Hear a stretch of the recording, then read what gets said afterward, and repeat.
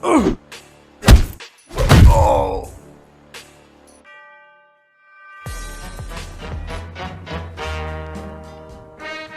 Manuel Dinamita Marquez, 4 Division World Champion, ang tinuturing na mortal na kaaway ni pambansang kamao Manny Pacquiao sa ibabaw ng luna.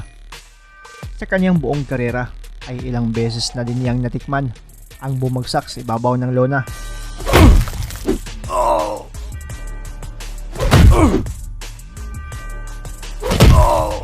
Pero bumangon siya at tinuloy ang laban. Kaya naman, nagretiro siya na wala ni isang talo sa kanyang buong kartada na via KO. Pero alam mo ba kung sino talaga ang unang nagpabagsak sa kanya? Ito ang ating pag-usapan at muling balikan ang nasabing laban. October 19 taong 1996, dumayo sa Amerika itong si Dinamita para kasahan itong boksidor na may bato-batong katawan, si Daryl The Nightmare Pinckney. Non-title fight at nakaschedule sa 10 rounds. May record dito si Marquez na 16 wins, only 1 defeat, 12 via knockout. Habang 22 wins, 21 defeat, 15 via KO naman si Pinckney. Alright, remember, obey my commands, protect yourselves at all times. Touch them up now, let's get to it. Well, and here we go, round number 1, Pinckney and Marquez, and both. Tonight we're seeing Pinckney in the black trunks, the all-black trunks, and that's Juan Manuel Marquez in the black with the red stripe. Sa unang rounds, makikitang mas agresibo itong kalaban, habang si Marquez ay andon na talaga ang galing nito bilang isang counter puncher at mga kombinasyon na talagang epektibo. He only won one of his first 10 fights. I guess you're looking at two of the opposite division. Juan Manuel Marquez in the black trunks with the red trim. Daryl Pinckney in the all black trunks. Good for Marquez. Has had much better success. Rounds too often, and that's probably will be his lost to some, but he's fought the very best. Marquez has never been down in his career, although he Magamat says di gaanong kaganda ang record nitong si Pinckney, mga pre, ay lubhang delikado din na boxer ito. Bago ang laban nila ni Marquez ay may tinalo na siyang champion. Ito ay si Junior Jones. Tinalo niya via 3rd round TKO. Isang upset win ang nangyari. Oh, and a right hand from Jones! One right hand! Jones stumbles! Sa labang ito ay 23 pa lang si Dinamita, habang 29 na si Pinckney. the kind of boxer, so when he goes into it, Yori Boy Campas and others that go all the way up 50 fights undefeated. Marquez left side of the face near the eye. His manager wouldn't say so. I was going to say that hasn't. Final seconds now of round 3. Stay with us here. It's fight night on KCOW. Big rally at the end of the round. Marquez. Normally we come up to say. Forward, landed a left hook from long range.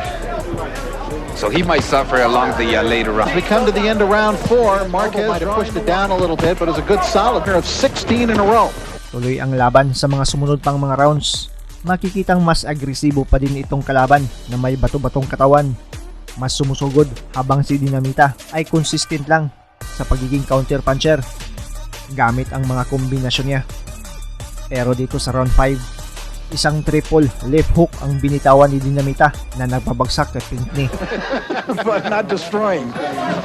Good left hook and a double left hook, and down goes Pinckney. Watch these left hooks here, Fernando. Brilliant work with the left hook. There's one. There's another one. Down goes the 29-year-old Daryl Pinckney from that succession of left hooks. Man, he hardly drew that left back. Actually, there were three left hooks, and you could see that he hardly drew the left hand even back. You know, at the end, it also appeared that Pinckney went back and also cut his foot somewhere in the canvas, although it was 3 legitimate good punches. Pero bumangon si Pinckney at tinuloy ang laban. From Juan Manuel Marquez. He's okay, just standing there, and Draculich will let him continue. Wow, a succession of left hooks from Juan Manuel Marquez, and he moves in to try to finish off. And also the speed in which he connected. Marquez is having another scintillating performance the way that he did against Julio Hervasio 2 fights back. We'll keep an eye on his legs.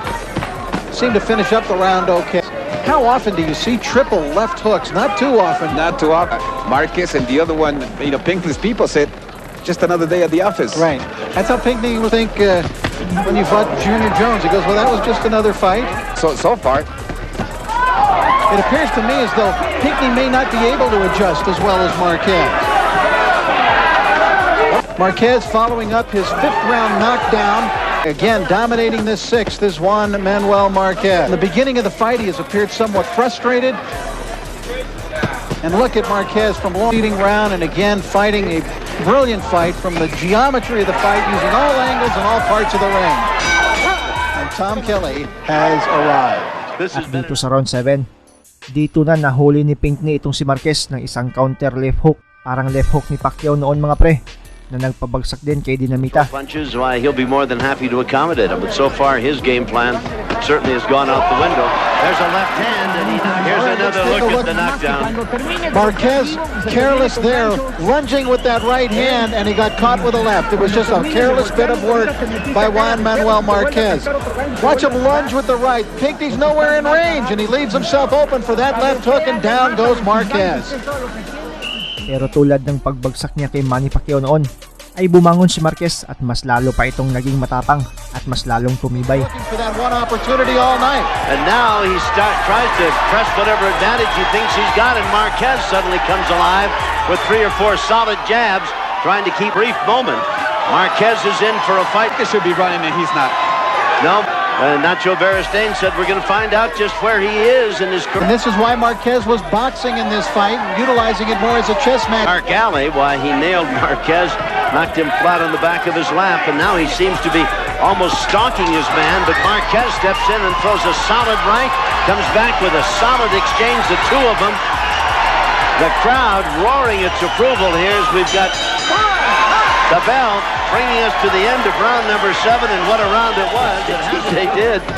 Pinkney in the black trunks and Mark fighter. He said, you want a boxer, call somebody else. You want a fighter, pick up the phone and call me. Quiet 8th round, considering a knockdown was at round number 8 now. It's scheduled for 10, remember. First time Marquez has ever been down in his career, Tom, and I would... Seconds remaining in round number 8. Very, very busy. 7th round now. Marquez landing some nice shots as round number 8 is coming to a close, and Marquez again regaining 6. Whether or not Marquez pressed whatever advantage he'd gained, never pressed any advantage in round number 8. Rich. Sa round 9, pinatumba ulit ni Marquez itong agresibong kalaban gamit ang 1-2 na kombinasyon sa pull sa panga at bulagta ito. They warned Marquez, and so that means that it changed considerably, but I don't count up to it. Big right hand by Marquez, and Pinkney looked like he was. Here's what happens when he does stay on it. Daryl, 10th and final round, you're doing yourself proud. Right hand. The left hand was partially blocked. Let's take a look at it. There it is. The left hand is blocked. It is a one-punch knockdown. The right hand, his right leg just flies out from underneath him. And look, just as quickly, he comes right up to it. A full gainer off the low board. He just flopped on the canvas. And now he's back up, down for the second time in the fight, here in round number 9. Tom, a one-punch knockdown, a right hand. That was a hard knockdown. Unbelievable. When he went down, Pinkney is taking the offensive. Full blows, if indeed they were warning him or not. I haven't seen anybody throw a punch to the body in 3 rounds.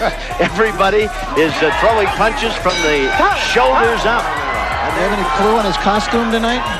Put Pinkney down twice. Marquez in the black. Nagpatuloy ang laban hanggang sa huling round. Mas dinumina na ni Dinamita ang bakbakan. Walang nagawa itong si Pinkney sa mga accurate na patama ni Marquez. Pinkney's record is going to go to a dead even 22-22. Nice work. The left hand by Marquez. Pinkney kind of... It is that get thrown down from the bull, but finally finish the job. Outstanding credentials, and Marquez, as the bell sounds, clearly demonstrating his superiority. Binugbog ng batang Marquez itong kalaban na may bato-batong katawan. Panalo si Dinamita via unanimous decision, pero nalasap naman niya ang pinaka-unang pagbagsak sa ibabaw ng lona. Juan Manuel Marquez.